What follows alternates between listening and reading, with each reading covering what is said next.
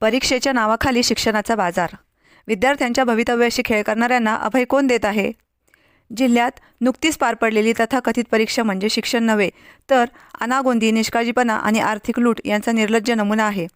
विद्यार्थ्यांची गुणवत्ता तपासण्याऐवजी परीक्षा आयोजकांची अयोग्यता, बेजबाबदार वृत्ती आणि व्यवस्थेचे अपयश उघड करणारा हा प्रकार आहे. प्रश्न असा आहे की अशी परीक्षा घेण्याची परवानगी दिलीच कुणी? आणि एवढा गोंधळ झाल्यानंतर ही प्रशासन गप्प का आहे? ही परीक्षा सरकारी नसून खाजगी आहे. तरीही दरवर्षी काही शिक्षकांना हाताशी धरून विद्यार्थ्यांना या परीक्षेसाठी बसवले जाते. पालकांच्या भावनांशी खेळ करून गुणवत्ताचा बुरखा पांघरलेला हा उद्योग नेमका कुणाच्या आशीर्वादाने सुरू आहे? यामागे आर्थिक हितसंबंध नाहीत याची खात्री जिल्हा परिषद प्रशासन देणार का? परीक्षा दुपारी 12 वाजता होती, मात्र आयोजकांचा निष्काळजीपणा इतका टोकाचा की परीक्षा तब्बल 1 तास उशिरा सुरू झाली. पालक आणि विद्यार्थी ताटकळत उभे राहिले, पण आयोजक कुठेच दिसले नाहीत. वेळेचे, शिस्तीचे आणि विद्यार्थ्यांच्या मानसिकतेचे अक्षरशः 3-13 वाजवले गेले. ही परीक्षा नाही तर विद्यार्थ्यांची परीक्षा घेतली गेली. कळस म्हणजे दुसऱ्या सत्रात विद्यार्थ्यांना मागील वर्षाचीच प्रश्नपत्रिका वाटप करण्यात आली. विद्यार्थ्यांनीच आयोजकांची चूक लक्षात आणून दिली. हेच या व्यवस्थेचे अपयश दर्शविण्यास पुरेसे आहे.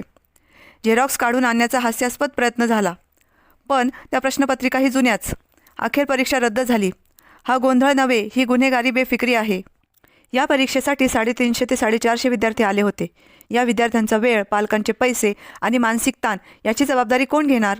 आयोजक की डोळेझाक करणारे अधिकारी? काही पालकांनी शिक्षण विभागाकडे तक्रार केली, मात्र त्या तक्रारीकडेही दुर्लक्ष झाल्याची चर्चा आहे. तक्रारीकडे दुर्लक्ष करणे म्हणजे गुन्ह्याला मूकसंमती नाही का?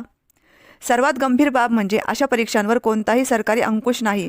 कोणतीही मान्यता नसताना परीक्षा घेतल्या जातात आणि शिक्षकांच्या माध्यमातून विद्यार्थ्यांना जबरदस्तीने त्यात ढकलले जाते.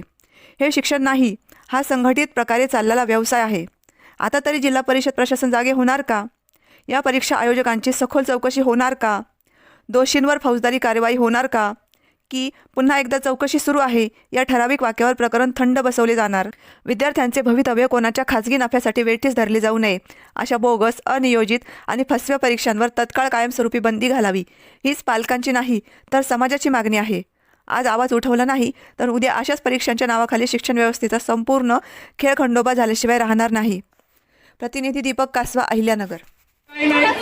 तुम्ही प्रायव्हेट माणसाला पोरं इथं मुलं जाण्याचे तुम्ही अर्धा पाऊन तास झाले आले का नाही मॅडम? काय सांगितलं तुम्ही? काय सांगितलं इथं? एक शब्द सांगता का बेकार आहे? तुम्ही आपल्या ऑफिस मध्ये जाऊन बसता, संपला विषय. तुम्ही मॅनेजमेंट सांगा पाहिजे साईडला. जे मेन माणूस आहे ना त्याला पुढे